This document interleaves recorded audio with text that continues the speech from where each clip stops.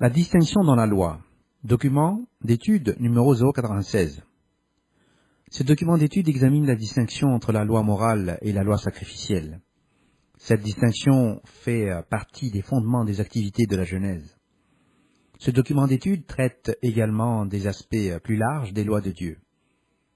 Les distinctions spécifiques faites par les réformateurs sont énumérées, comme les articles de foi, depuis la seconde convention helvétique jusqu'aux articles méthodistes de religion de 1784, en passant par les 39 articles de l'Église anglicane de 1571 et d'autres articles importants de la Réforme. Ces déclarations sont importantes en soi. Certains éléments du christianisme moderne tentent d'affirmer que la loi est abolie, d'après une lecture incorrecte des épîtres de Paul dans le Nouveau Testament. Cette affirmation est erronée. Cette opinion est fondée sur une mauvaise compréhension de ce qui a été éliminé par le sacrifice de Christ et cloué au stauros, le poteau, ou la croix de Colossiens 2,14. Christ a annulé l'écriture, en grec hiérographon, dans les ordonnances, qui étaient contre nous, entre parenthèses, ou étaient contraires à nous, voir l'interlinéaire de Marshall dans la RSV, avec ses exigences. Elle a été ôtée du chemin et clouée au stauros. Quelle est donc cette écriture? Qu'est-ce qui a été ôté du chemin par le sacrifice de Christ? Ce n'était certainement pas la loi de Dieu. La distinction faite par les apôtres montre que les commandements faits par Dieu étaient essentiels. Voir ci-après dans ce document. Le hiérographon est un document d'endettement. D'après l'utilisation du grec dogmazine, c'est un système de règlement qui constitue la loi mosaïque. Éphésiens 2, verset 15. La relation entre Dieu et sa loi est importante. Dieu est juste, voir Esdras 9, verset 15. Sa loi est juste, voir Psaume 119, verset 172. Dieu est parfait, Matthieu 5, verset 48. Sa loi est parfaite, Psaume 19, verset 7. Dieu est saint, Lévitique 19, verset 2.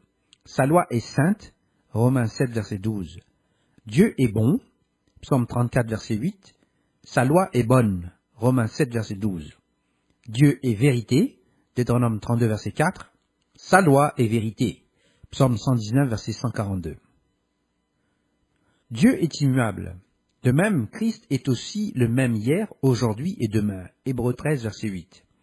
Car Christ a la plénitude de la nature divine. Colossiens 1, verset 19, Colossiens 2, verset 9. La loi possède les qualités essentielles de Dieu, provenant de sa nature même, et elle est écrite dans le cœur des élus. La loi est juste, vraie et bonne. Néhémie 9, verset 13.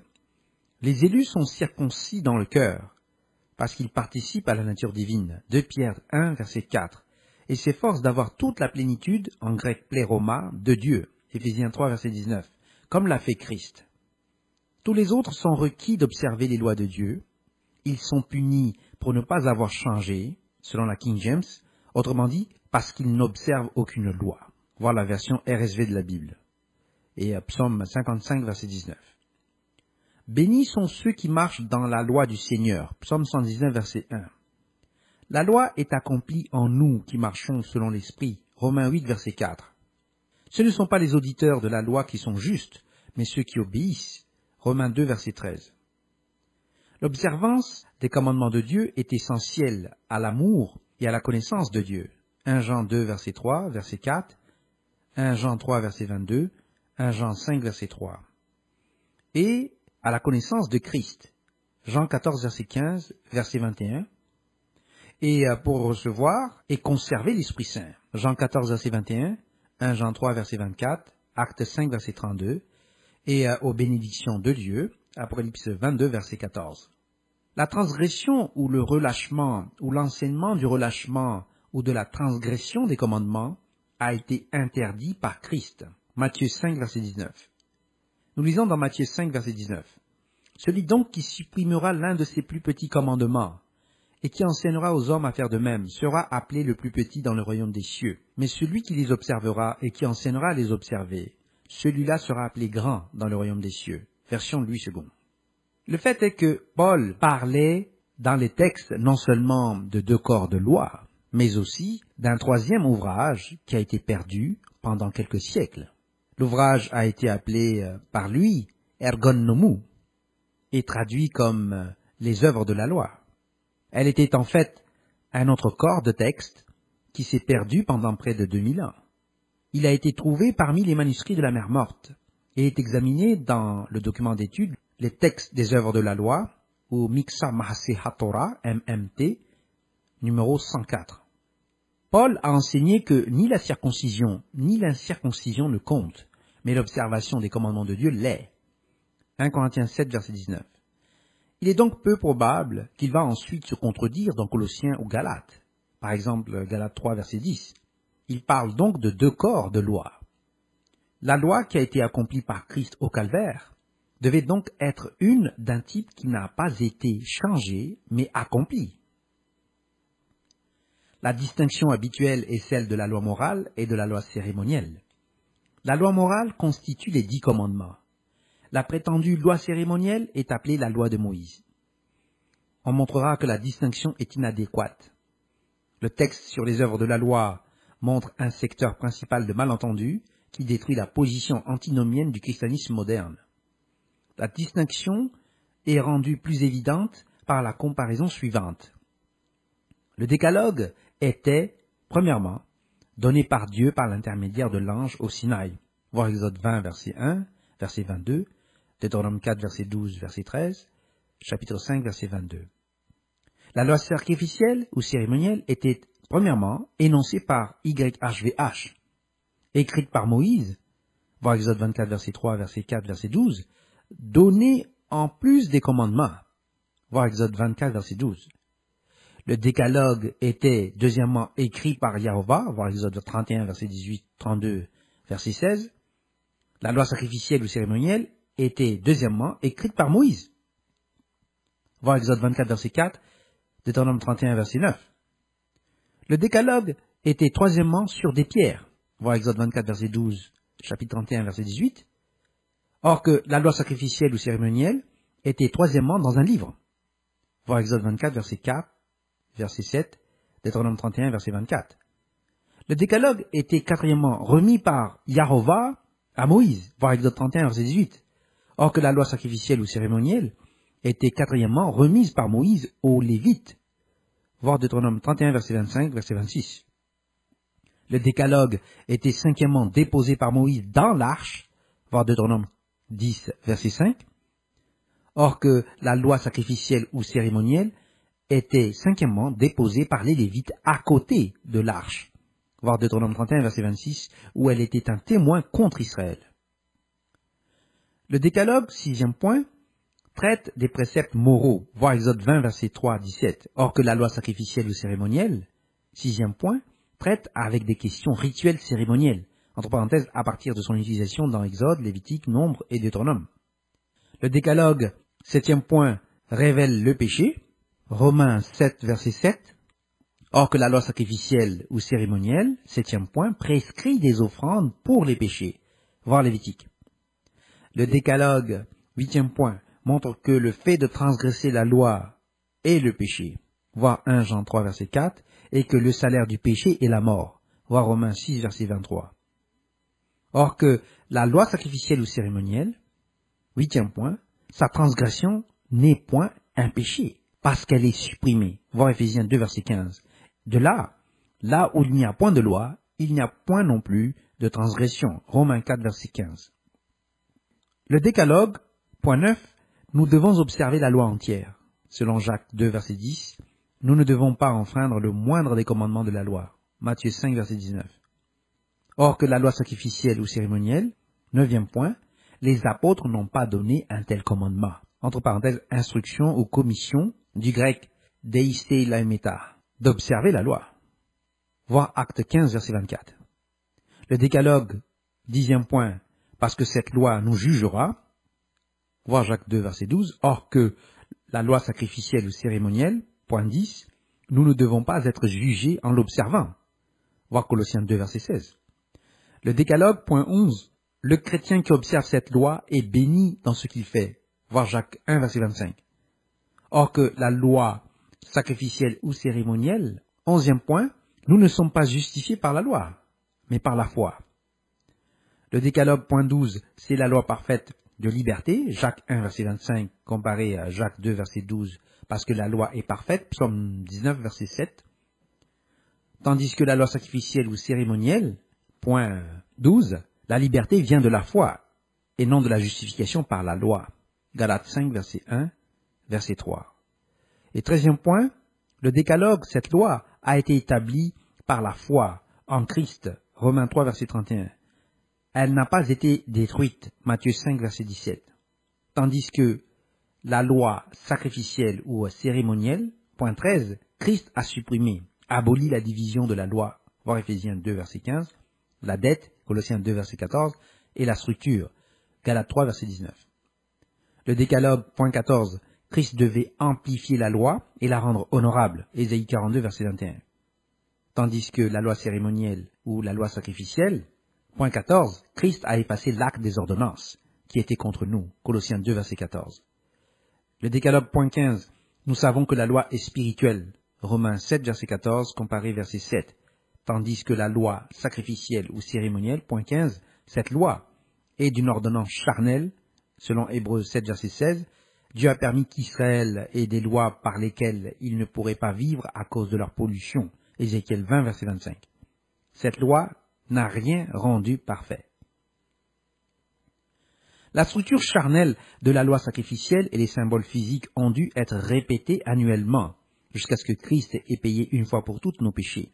La loi sacrificielle devait être entièrement enlevée, afin que nous puissions élever notre relation avec Dieu à un niveau entièrement spirituel. Ce n'est qu'à travers Christ et par le don de l'Esprit Saint que cela pouvait se faire, car nous sommes nous-mêmes les sacrifices vivants du système, en donnant notre vie par amour les uns pour les autres. Le décalogue est l'explication des deux grands commandements auxquels dépendent toute la loi et les prophètes. Comparez le document d'étude, le premier grand commandement, numéro 252, et le deuxième grand commandement, numéro 257. Ainsi, il y a donc une distinction dans la loi, et cette distinction soutient clairement la loi morale. La loi morale de Dieu est spirituelle, étant parfaite, comme Christ l'a établie, honorée et amplifiée par la foi, et elle confère la liberté. Elle a été écrite par le doigt de Dieu et est appelée la loi royale. Exode 31, verset 18, Jacques 2, verset 8. Nous sommes jugés par cette loi que Christ a amplifiée dans son intention. Ainsi, la convoitise est équivalente à l'adultère. La loi tout entière est plus grande et non moindre dans son impact sur les justes. Les prophètes ont interprété cette loi morale telle qu'elle est inscrite et enchâssée dans les deux grands commandements et les 10 commandements qui les expliquent. Ainsi, la dite loi cérémonielle est en réalité sous-divisée en loi sacrificielle et en commentaires législatifs qui interprètent la loi morale. L'échec de ne pas comprendre cette distinction est l'erreur fondamentale du christianisme moderne, qui est par nature intrinsèquement antinomien et gnostique. Le christianisme a cherché à tort à éliminer la loi de Dieu suite à une mauvaise compréhension des textes de Paul et des références au ergon nomou, ou les œuvres de la loi. En tirant cette conclusion et en englobant tous les aspects du Pentateuque dans la dite loi cérémonielle, ils ont pu plaire aux tribus païennes et introduire les systèmes des cultes du soleil et des mystères. Le sabbat a pu être alors changé au dimanche et le système d'Easter, la Pâque païenne, a remplacé la Pâque. L'observance des commandements de Dieu et du témoignage de Jésus-Christ est essentielle pour hériter l'arbre de vie, comme nous le voyons à Apocalypse 14, verset 12 et Apocalypse 22, verset 14. La loi des commandements contenus dans les ordonnances, Éphésiens 2, verset 15, Colossiens 2, verset 14, était l'ombre des bonnes choses à venir, Hébreux 10, verset 1, et elle a été annulée pour sa faiblesse et son inutilité, voir Hébreux 7, verset 18, Hébreux 10, verset 3. Elle a été donnée à cause de la transgression, étant ordonnée par des anges à travers un médiateur. Galates 3, verset 19. Nous avons donc affaire au système d'expiation sous la loi sacrificielle qui était nécessaire dû à notre échec continuel à observer la structure et l'intention de la loi. Pour cette raison, la circoncision d'un adulte baptisé était un signe physique d'identification avec une nation qui était elle-même spirituelle et qui transcendait les limites d'une nation physique. Par conséquent, elle ne procurait rien d'autre que des aspects spirituels de l'individu. Comparez le document d'étude de la purification et la circoncision numéro 251. Le mythe suivant est que la loi a été établie au Sinaï. La loi morale de Dieu n'a pas été établie au Sinaï. Elle a existé dès la création provenant de la nature de Dieu. Le péché a existé avant que la loi ne soit donnée à Moïse. Romains 5, verset 13. Ainsi, les conséquences de la loi étaient déjà connues depuis Adam, car le péché n'est pas compté là où il n'y a aucune loi. Là où le péché a augmenté sous la loi à partir du Sinaï, la grâce a abondé. Romains 5, versets 15 à 21. Le péché est contre Dieu d'après sa nature. Psaume 51, verset 4. Satan a péché en se rebellant contre Dieu et en mentant à Ève, contrairement à la volonté de Dieu, volant ainsi les couronnes d'Adam et d'Ève et la dévotion due à Dieu. Satan a transgressé le premier, cinquième, sixième, huitième, neuvième et dixième commandement, voir Genèse 3, versets 1 à 4, Ésaïe 14, versets 13 à 14, Ézéchiel 28, versets 2 à 10.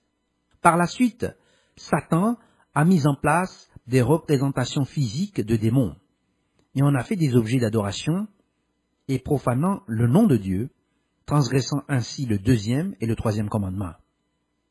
Au temps de Christ, il était compris que Satan et les démons ont quitté leur premier état, commettant la fornication avec les filles des hommes, transgressant ainsi le septième commandement. Entre parenthèses, voir Genèse 6, verset 4, 1 Corinthiens 11, verset 10 et Jude, verset 6. Voir en particulier la Bible New English Bible pour une formulation plus claire de Jude, verset 6. Voir également les manuscrits de la mer morte, la Genèse apocryphe et 1 Enoch. Par le biais de faux systèmes religieux, Satan et les démons ont attaqué le quatrième commandement. Ainsi, la loi est une relation théorique entre des entités non physiques aussi bien que des entités physiques.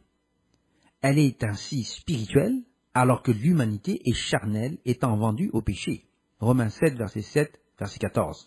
Comme le sont les démons qui sont coupés de Dieu. L'individu converti se délecte de la loi de Dieu en son fort intérieur. Psaume 119, verset 1 et suivant, Romains 7, verset 22. Ils ne sont pas redevables à la chair, mais envers l'esprit, en tant que des fils de Dieu. Romains 8, verset 9 à 17. L'humanité a péché par transgression des premiers, deuxième, huitième et dixième commandements dans le jardin d'Éden. Genèse 3, verset 17. Comparez aussi les documents d'étude, la doctrine du péché originel partie 1, le jardin d'Éden, numéro 246, et la doctrine du péché originel partie 2, les générations d'Adam, numéro 248. Caïn a péché et transgressé les sixième et dixième commandements lorsqu'il a tué son frère Abel. Genèse 4, versets 7 à 8.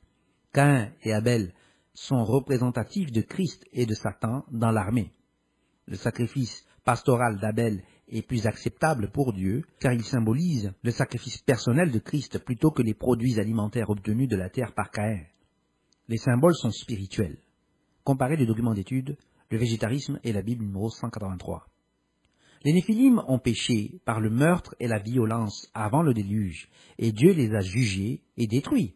Genèse 6, versets 4 à 5, versets 11 à 13. Enoch est parvenu au repos de Dieu par une justice positive, démontrant ainsi le système du sabbat. Genèse 5, versets 22 à 24.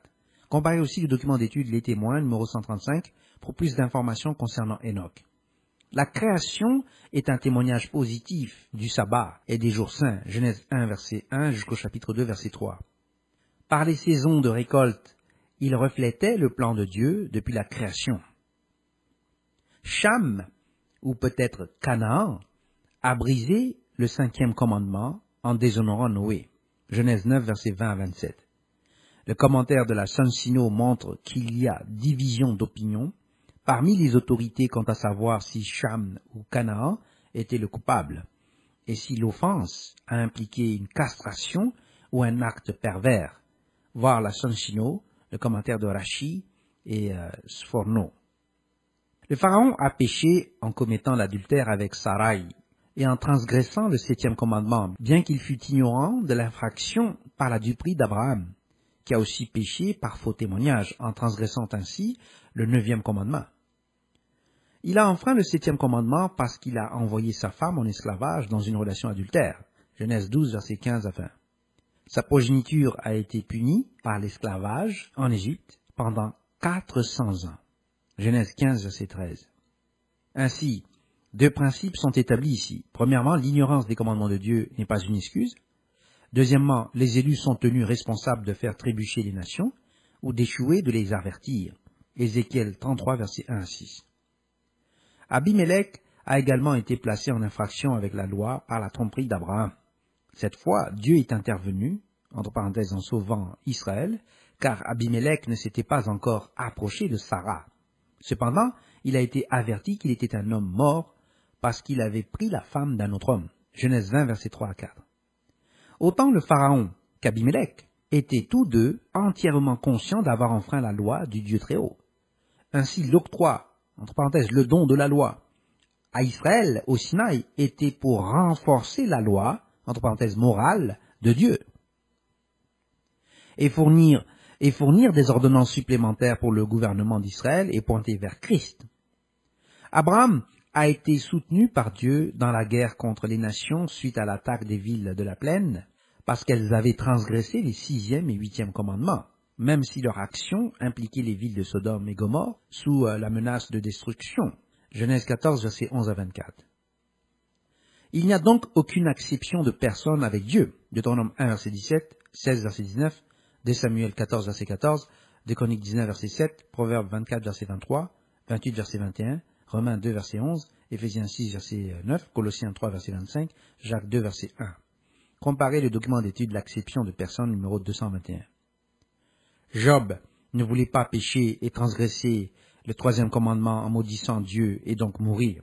Job 1, verset 22, Job 2, verset 9 à 10. Il est reconnu que Job a précédé la loi au Sinaï. Par conséquent, le concept du péché, Job 2, verset 10, a également précédé le Sinaï.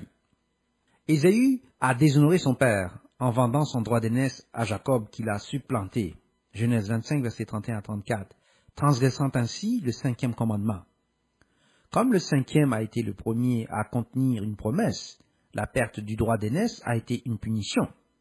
Dieu est donc intervenu pour maintenir ce principe même si Jacob avait enfreint le 10e et allait enfreindre le 9e commandement. Moïse a été fait un Elohim pour Pharaon. Exode 4, verset 16, Exode 7, verset 1, parce que l'Égypte avait violé les commandements. Ceux qui ont péché sans la loi étaient ceux qui n'avaient pas l'ensemble général de la loi. Le péché existait avant le Sinaï, mais sans la loi, le péché est mort. Romains 7, verset 8. Paul laisse entendre que l'ignorance lui permet de se libérer de l'affirmation selon laquelle il était autrefois vivant sans la loi, mais que le commandement est venu, le péché a repris vie et il est mort. Romains 7, verset 9. Il est clair que tout le corps de la loi était en vigueur quand il a écrit ce texte. En effet, rien n'avait été aboli à ce moment-là. La nouvelle alliance n'avait pas encore pris le relais de l'ancienne lorsque la plus grande partie du Nouveau Testament est écrite. Nous lisons dans Hébreux 8, verset 13.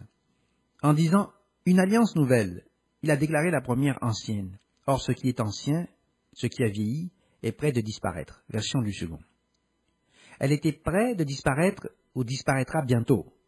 Le chemin vers le lieu très saint n'était pas encore disponible. Nous lisons dans Hébreux 9, verset 8. L'Esprit Saint montrait par là que le chemin du lieu très saint n'était pas encore ouvert, tant que le premier tabernacle subsistait. Version du second. Le chemin ne pouvait être ouvert qu'avec la destruction du temple en l'an 70 de notre ère et la dispersion de Juda. C'est le sens le plus complet du signe de Jonas et de la prophétie des 70 semaines d'année dans Daniel 9, verset 25. Consultez le document d'étude Le signe de Jonas et l'histoire de la reconstruction du temple, numéro 013, qui concernait la cessation de l'ancienne et le début de la nouvelle alliance. La nouvelle alliance concernait donc la loi sacrificielle, qui ne pouvait être éliminée qu'avec le temple. La nouvelle alliance était l'abolition des ordonnances sacrificielles et non l'élimination de la loi. Les aspects plus larges des lois de Dieu. L'affirmation selon laquelle les 10 commandements étaient la seule partie du corps de la loi de Dieu, sous la rubrique de la loi morale qui existait avant le Sinaï, est incorrecte. Les 10 commandements sont les points clés de la loi au sein des premiers 2 grands commandements et qui sont développés dans leur intégralité par la loi et les prophètes. Les lois sur l'alimentation existaient déjà avant le déluge. Noé connaissait la distinction dans les catégories d'animaux purs et impurs, données par Dieu dans les spécifications pour l'arche. Genèse 7, versets 2 à 3. En conséquence, les dispositions des lois sur l'alimentation ont été faites dès la création. Les distinctions ont été faites et ont été vues depuis Adam jusqu'à Abel, voir ci-dessus dans ce document d'étude. L'affirmation selon laquelle les lois sur l'alimentation sont observées par ceux qui judaïsent montre une profonde ignorance des bases scientifiques et environnementales des lois sur l'alimentation et de leur place dans la création. Consultez le document d'étude Les lois sur l'alimentation numéro 015. De même, l'affirmation selon laquelle les lois sur la dîme étaient liées aux lois sacrificielles données au Sinaï est également fausse. Abraham a donné la dîme à Melchisédek de Salem, environ 400 ans avant la loi au Sinaï. Voir Genèse 14, verset 18 à 20. Comparez aussi le document d'étude Le prélèvement de la dîme numéro 161. Il y a donc un aspect continuel, permanent, de la loi, qui va au-delà de la limite spécifique du décalogue, et qui couvre les aspects qui régulent la vie quotidienne d'Israël et de la planète. Le Messie doit établir la structure mondiale à la fin de l'âge, et à ce titre, il rétablira les sabbats, les nouvelles lunes, Ésaïe 66, verset 20, et les fêtes, Zacharie 14, verset 16 à 19. Voir aussi Ézéchiel 45, verset 1 et suivant, et 46, verset 1 et suivant. Ainsi, Lévitique, chapitre 23, a un effet continu, et les nations seront forcées d'observer la loi. Christ est le même hier, aujourd'hui et demain. Hébreux 13, verset 8. De là, Christ ne changera pas les conditions des jours saints qu'il imposera au peuple. De même, les nations sont exigées d'observer les sabbats de la terre, et la terre aura son repos en raison de l'échec d'observer ses lois physiques. La connexion entre la loi et les conséquences sera restaurée. Il y a donc une distinction claire entre les lois de Dieu et la loi qui a été abolie par Christ. Celle-ci peut seulement avoir été la loi sacrificielle avec ses obligations rituelles. Les ordonnances sacrificielles ne réglementaient pas les sabbats, lesquels faisaient partie intégrante du décalogue. Elles ont simplement dicté ce qui a été fait pendant les jours de sabbat au cours de la période du temple, comme un précurseur à la venue du Messie et de l'établissement d'un nouveau système dont elles étaient simplement explicatives. Ainsi, les sabbats n'ont pas été éliminés à la mort du Messie. Les sabbats sont devenus plus significatifs avec l'établissement de l'Église, dont ils étaient l'interprétation. Le système de culte du dimanche est dérivé du système païen et des cultes du soleil, et n'a rien à voir avec le christianisme. Comparez aussi le document d'étude des origines de Noël d'Easter Pack païenne, numéro 235. La compréhension de la distinction dans la loi entre le décalogue et la loi sacrificielle est assez ancienne et assez significative. Les réformateurs étaient spécifiques dans cette distinction. Une liste de nombreuses déclarations à cet effet figure dans la publication des Adventistes du 7e jour, Questions on Doctrine, Questions sur la doctrine, Review and Herald Publishing, 1957, page 131 et suivant. Ces déclarations sont les suivantes, citation. La seconde confession helvétique de 1566 de l'Église réformée de Zurich est l'un des symboles les plus dignes de foi de tout le continent. Au chapitre 12, à propos de la loi de Dieu, après avoir comparé la différence entre les lois morales et les lois cérémonielles, dit à propos des lois morales, « Nous croyons que toute la volonté entière de Dieu et tous les préceptes nécessaires pour chaque partie de cette vie sont pleinement délivrés dans cette loi. » Entre parenthèses, non pas que nous sommes justifiés par elle, mais que nous nous tournerons vers Christ par la foi. Les types et les représentations de la loi cérémonielle ont cessé. L'ombre a cessé quand le corps est venu. Mais la loi morale ne doit pas être dédaignée ou rejetée, et tous les enseignements contre la loi sont condamnés. Voir l'ouvrage de Schaft, volume 3, page 854 à 856, c'est nous qui soulignons ici dans le texte, dans ce document. 39 articles de religion de l'Église anglicane, 1571. L'article 7 stipule que la loi de Dieu donnée par Moïse concernant les cérémonies et les rites n'est pas obligatoire. Aucun homme chrétien, quel qu'il soit, n'est libéré de l'obéissance aux commandements, qui sont appelés la loi morale. Fin de citation. Voir l'ouvrage de Schaft, volume 3, page 491-492. L'ancienne orthographe conservée dans ce document. La révision américaine des 39 articles par l'Église épiscopale protestante de 1801 est identique à la précédente qu'on vient de lire. Voir Scarth, volume 3, page 816. Les articles irlandais de religion de 1615, qui auraient été composés par l'archevêque Usher, après avoir déclaré que la loi cérémonielle est abolie, disent « Aucun homme chrétien, quel qu'il soit, n'est libéré de l'obéissance aux commandements qui sont appelés la loi morale. » Fin de citation, voir l'ouvrage de Scarth, volume 3, aux pages 526-541. La confession de foi de Westminster de 1647, après avoir montré la différence entre la loi cérémonielle et la loi morale, et l'abrogation de la première et la perpétuité de la seconde, déclare au chapitre 19 que la loi morale est obligatoire pour tous, pour toujours, non pas pour la justification, mais comme une règle générale de vie, afin de reconnaître la puissance d'habilitation de Christ. Cette loi continue d'être une loi parfaite de justice, et elle ajoute: dans l'Évangile, Christ ne l'a pas dissoute de quelque façon que ce soit, mais il a grandement renforcé cette obligation. Fin de citation, voir l'ouvrage de Scarth, volume 3, aux pages 640 à 644.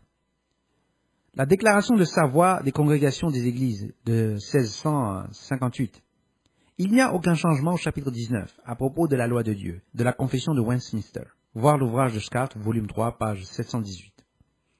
La confession baptiste de 1688, Philadelphie, basée sur la confession de Londres de 1677, n'a aucun changement par rapport à la confession de Westminster, au chapitre 19, à propos de la loi de Dieu. Elle traite de la distinction entre la loi morale et la loi cérémonielle, et affirme qu'aucun chrétien n'est libéré ou exempt de la loi morale. Fin de citation, voir l'ouvrage de Scarth, volume 3, page 738. Les articles méthodistes de religion de 1784. Ces 25 articles, rédigés par John Wesley pour les méthodistes américains, sont un abrégé des 39 articles de l'Église anglicane et déclarent: bien que la loi de Dieu donnée par Moïse en tant que cérémonie, rite émouvant ne soit plus obligatoire pour les chrétiens, et que les préceptes civils qui en découlent par nécessité ne doivent pas être reçus dans n'importe quel Commonwealth, cependant, malgré cela, aucun chrétien n'est libéré ou exempt de l'obéissance au commandement dit la loi morale. Fin de citation, voir l'ouvrage de Scarth, volume 3, aux pages 807-808. En référence à cette position, les adventistes du septième jour soutiennent que, citation, la position maintenue par les adventistes du septième jour quant à leur relation au décalogue et leur distinction entre la loi morale et la loi cérémonielle est pleinement soutenue par les croyances principales, les articles de foi et les catéchismes du protestantisme historique. Le concept que le décalogue a été aboli par la mort de Christ est relativement récent. Certainement, les pères fondateurs du protestantisme ne l'ont pas enseigné, car cela est en conflit total avec leurs croyances. Fin de citation de l'ouvrage des adventistes du septième jour, Questions on Doctrine, questions sur la doctrine, aux pages 131 à 134. Le fait que l'on soit d'accord avec les pères fondateurs du protestantisme devrait toujours être traité avec beaucoup de prudence, car ils avaient complètement tort.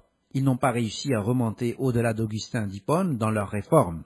De ce fait, les réformateurs ont échoué à restaurer les enseignements originaux de l'Église. Ils ont échoué à établir le système correct d'adoration dans le cadre du calendrier de Dieu, comparez le document d'étude Le calendrier de Dieu numéro 156, et ils ont ensuite échoué à établir la relation correcte entre la loi de Dieu et la distinction dans la loi. Une erreur spécifique qu'ils ont commise consistait en ce qu'ils ont échoué à corriger l'erreur de la Trinité, qui avait été introduite, entre parenthèses créée, à partir des conciles de Constantinople, en l'an 381 de l'ère courante, et de Chalcédoine, en l'an 451 de l'ère courante. La réforme a donc échoué, et ils ont ensuite été empêchés d'établir les jours saints par décret divin et une intervention divine. Les jours saints et les sabbats sont délibérément contestés. C'est une promesse que Dieu lui-même avait faite par l'intermédiaire des prophètes. Dieu a parlé par l'intermédiaire du prophète Amos, et il a comparé Israël des derniers jours à un panier de corbeilles de fruits d'été. Voir Amos 8, verset 1 et suivant.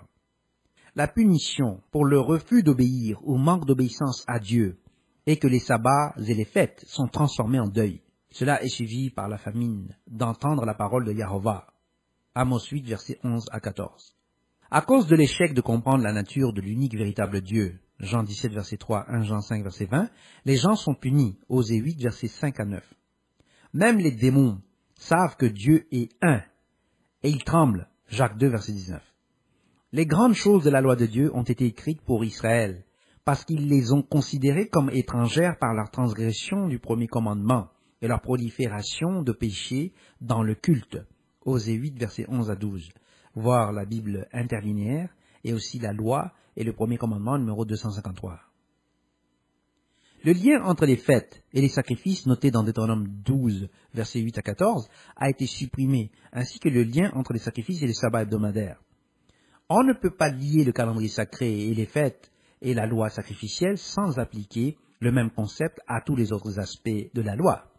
Tout le système de gouvernement de Dieu a été libéré du système sacrificiel, incluant le système des jours saints. La Pâque elle-même a été introduite avant que la loi n'a été donnée au Sinaï. Tout le processus entier d'introduction des élus au sein du christianisme est basé sur la séquence des jours saints, et ce jusqu'à la deuxième résurrection ou résurrection générale.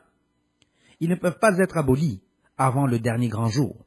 Chaque fête représente une partie continue du plan de Dieu qui est toujours en cours. Elles font partie, par définition, du système de récolte qui fonctionne et se déroule encore. Comparez le document d'étude Les fêtes de Dieu en rapport avec la création numéro 227. La loi était l'ombre des choses à venir. Hébreux 10, verset 1. L'ombre montre la réalité. Elle n'en est pas enlevée.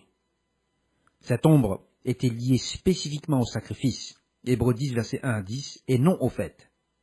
Les églises catholiques et protestantes comprennent toujours que les premières fêtes doivent être observées. Elles ont confondu la Pâque avec le système païen d'Easter, la Pâque païenne, et comptent incorrectement la Pentecôte à partir d'Easter, la Pâque païenne. Cependant, elles ne discutent pas leur nécessité. En raison de leur compréhension erronée de la doctrine du royaume de Dieu et du refus de la restauration physique lors du millénium et de la deuxième résurrection, elles ne comprennent pas les fêtes postérieures. Le repas du 14 Nissan, qui est devenu le dîner du Seigneur, a été joint à la Pâque et observé à l'extérieur des villes tel qu'exigé par Deutéronome 16, versets 5 à 7. Comparez les documents d'étude de la Pâque numéro 098, les disputes quarto-décimales numéro 277, et la Lune et le Nouvel An, numéro 213. Le dîner du Seigneur a été institué et observé par Christ. Le dîner du Seigneur précède la Pâque, étant la nuit du 14 Nissan. Le sacrifice de la Pâque, qui était Christ, a lieu le 14 Nissan, et le repas de la Pâque a lieu le 15. Les deux soirées doivent être observées à l'extérieur des villes, avec les 7 jours entiers de la fête des pains sans levain. Le dîner du Seigneur est donc un événement annuel lié à la Pâque et au pain sans levain. La Bible déclare que les imperfections des fêtes sont causées par ceux qui, dans le corps, s'abandonnent pour le gain à l'erreur de Balaam et périssent dans la rébellion de Corée. Jude, versets 11 à 12. Autrement dit, ils enseignent pour un salaire et pervertissent les fêtes et la compréhension de la loi et du témoignage. Il n'y a aucune lumière en eux. Ésaïe 8, verset 20 dans la version King James ou Aube dans la version RSV de la Bible. Ils sont 2 fois morts et déracinés. Ces gens dépourvus de l'esprit causent des divisions dans les derniers jours. Jude, verset 19. La rébellion de Corée est donc un processus continu contre la parole de Dieu. Comparez le document d'étude des Nicolaïtes numéro 202. Christ est capable d'empêcher les élus de tomber et de les présenter devant Dieu, notre Sauveur. Jude, versets 24 à 25. Voir l'interlinéaire RSV de Marshall. Cependant, les divisions sont permises au sein du corps de Christ, pour qu'il puisse être rendu manifeste qui a la vérité et l'approbation de Dieu. 1 Corinthiens 11, verset 19. L'argument selon lequel le texte de Galates 3, verset 10 élimine les fêtes montre une ignorance de la nature pré-sinaïtique de la création et des sabbats. La restauration des fêtes sous peine de famine est une adjonction nécessaire au commencement du millénium. Zacharie 14, verset 16 à 19. Christ ne change pas d'avis. Christ restaure les fêtes parce qu'il exige qu'elles soient observées, célébrées. Les églises de Dieu, incluant Christ et l'église apostolique, Matthieu 26, verset 17 à 20, Luc 2, verset 41, 42, chapitre 22, verset 15, Jean 2, verset 13, 23, Jean 5, verset 1, Jean 7, verset 10, chapitre 10, verset 22, Acte 18, verset 21 dans la version King James, chapitre 19, verset 21, chapitre 20, verset 6, verset 16, chapitre 24, verset 11, verset 17, ont célébré les fêtes depuis 2000 ans, à l'exception d'une église du XIXe siècle. Les éléments de l'église observant le sabbat en Europe, qui ont cessé d'observer les commandements de Dieu, ou qui sont tombés en apostasie ont alors perdu les fêtes. Voir les documents d'étude le rôle du quatrième commandement dans l'histoire des églises de Dieu observant le sabbat, numéro 170. Et aussi la loi de Dieu, numéro L1, et la série sur la loi, les numéros 252 à 263. Comme Christ et les autres apôtres et presbytéries, Paul a observé les fêtes, comme nous l'avons vu dans Actes. Paul ne les a donc pas abolies, et ne pouvait d'ailleurs pas le faire. Le temple a été choisi comme un temple des sacrifices. 2 Chroniques 7, verset 12. Après les tabernacles à Hébron et de Silo. Cependant, les fêtes n'étaient pas liées au temple. Le Seigneur a choisi Sion pour sa demeure. Psaume 132, versets 13 à 14. Mais ce choix a été suspendu pendant l'errance de l'Église dans le désert jusqu'au retour du Messie. Cette action a été préfigurée par les 40 ans sous la colonne de feu et de nuée dans le désert. Comparez aussi le document d'étude Les grandes lignes de la chronologie de l'âge, numéro 272. C'était une indication spécifique que Christ indiquerait le centre d'adoration par l'intermédiaire des élus. Sous les apôtres, l'Église célébrait les fêtes dans des emplacements divers, bien que Paul ait cherché à retourner à Jérusalem pour la fête mentionnée dans Actes 18, verset 21, 19, verset 21. Voir la version King James de la Bible et la Bible interlinéaire. Acte 20, verset 6 montre que Paul a observé les jours des pains sans levain à Philippe, ayant été retardés. Paul a ensuite cherché à être à Jérusalem pour la Pentecôte, voir Acte 20, verset 16. Tant les Juifs que les chrétiens ont célébré les fêtes dans la dispersion. Les fêtes ont précédé le temple et lui ont succédé. Seul le sacrifice est central au temple. Cependant, le sacrifice a également eu lieu ailleurs, aussi bien durant la période du temple qu'après sa destruction pendant la captivité babylonienne. Le temple à Éléphantine a assumé les fonctions du sacrifice jusqu'à ce que le temple soit reconstruit sous le règne de Darius II. Le temple d'Éléphantine a été alors détruit par une attaque. Entre parenthèses, voir l'ouvrage de Pritchard, The Ancient Near East, l'Ancien Proche-Orient, volume 1, aux pages 278 à 282. Les lettres araméennes dans l'œuvre de Pritchard, traduites par Gisberg, montrent les archives de la directive de la Pâque à l'Empire, mentionnées dans Esdras.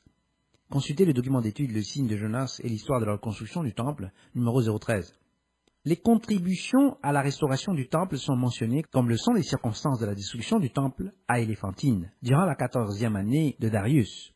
Les gouverneurs de Juda avaient également un contrôle politique sur les prêtres, les sacrificateurs, à Éléphantine. Les textes montrent que le sacrifice n'a jamais cessé au moment de la destruction de Jérusalem, et le temple a été restauré à Jérusalem lors de la reconstruction du temple à cet endroit. Le sacrifice a cessé avec la Nouvelle Alliance et la destruction finale du temple à Jérusalem, mais les fêtes ont continué dans la dispersion. L'Église a célébré les fêtes sous la persécution pendant 2000 ans. Un autre temple a été également construit en Égypte, à Léantopolis, dans le nom d'Héliopolis, par le grand prêtre, souverain sacrificateur, Onias IV. Ce temple a été prophétisé par Dieu par l'entremise d'Ésaïe, voir Ésaïe 19, verset 19. Il a été fermé sur ordre de Vespasien en l'an 71 de notre ère, après la destruction du temple de Jérusalem, bien qu'il ait continué à offrir des sacrifices à cet endroit depuis sa construction, à peu près vers l'an 160 avant notre ère. Les élus sont jugés par leur connaissance de l'unique véritable Dieu. La connaissance de la loi découle de la connaissance de Dieu, et elle devient enracinée dans l'esprit et le cœur de l'individu. Le problème n'est pas le sabbat ou les fêtes ou la loi, c'est le fait que Dieu le Père est l'unique véritable Dieu. Voir Jean 17, verset 3, 1 Jean 5, verset 20, et que lui seul est immortel, 1 Timothée 6, verset 16. Si nous ne nous accrochons pas à cette vérité, nous serons enlevés des élus, et nous serons livrés à une forte illusion et à la croyance dans le mensonge. 2 Thessaloniciens 2, verset 11. L'interlinéaire de Marshall traduit ce verset comme une opération de l'erreur, afin qu'ils croient à un mensonge. Ils ne peuvent plus s'aider eux-mêmes. Ils sont simplement enlevés des élus, et leur compréhension leur est enlevée. Ils ne peuvent pas comprendre, même s'ils voulaient voir l'erreur. Toute la compréhension des élus est fondée sur leur relation avec l'unique véritable Dieu, et leur connaissance de Dieu et de son Fils Jésus-Christ. Jean 17, verset 3, 1 Jean 5, verset 20. La transgression du premier commandement assure que les fêtes sont enlevées. Elles ne peuvent pas être célébrées, même si ceux qui sont dans l'erreur désirent les observer. Dieu interviendra à long terme. Pour ceux qui observent la loi, les fêtes sont un rappel nécessaire du plan de Dieu. De plus, la restauration obligatoire de Christ dans son système, montre que les fêtes sont exigées et qu'elles sont en effet une bénédiction pour ses disciples. L'enlèvement des 10 commandements des exigences de la loi et leur confusion avec la loi sacrificielle, appelée la loi cérémonielle, provient d'une profonde ignorance des enseignements de Christ et des apôtres, à tel point que même les réformateurs protestants ne sont pas tombés dans cette erreur. C'est une caractéristique de la faiblesse spirituelle, de l'erreur et de l'échec de l'Église dans les derniers jours. Cette faiblesse est visible dans les promesses faites aux églises au chapitre 2 et 3 d'Apocalypse, où l'église de Sardes est morte et l'église de Laodicée est vomie. Aucune de ces églises n'entre dans le royaume de Dieu. Seul un petit nombre de leurs membres entre dans la première résurrection. La progéniture, la semence de la femme, qui est l'église, ce sont ceux qui observent les commandements de Dieu et qui gardent le témoignage ou la foi de Jésus-Christ. Voir Apocalypse 12, verset 17, chapitre 14, verset 12. Consultez aussi le document d'étude L'amour et la structure de la loi, numéro 200. Fin de la lecture de l'étude La distinction dans la loi, numéro 096.